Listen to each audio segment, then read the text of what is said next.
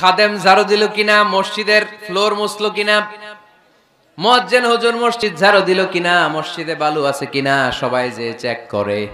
দায়িত্ব কি শুধু খাদেমের আর মুয়াজ্জিনের কাঁধের উপরে নাকি আমাদের কাঁধেও মসজিদ পরিচ্ছন্ন রাখার দায়িত্ব আছে? রাডাই দুইজন নবীকে আল্লাহ বললেন, সাইয়েদনা ইব্রাহিম যাকে উপাধি দিয়েছেন আল্লাহ খালিল, আমার মসজিদ পরিষ্কার করো, বাপ বেটা মিলে ঝাড়ু দাও।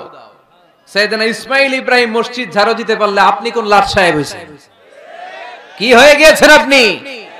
মনে জ্বালা যন্ত্রণা, ঘরে মারামারি, শান্তি নাই, মসজিদে চলে যান, মসজিদ মুছে দেন, একটু ঝাড়ু দিয়ে দেন, আপনার ঘরের সব অশান্তিরে শান্তি বানায় দিবে কে?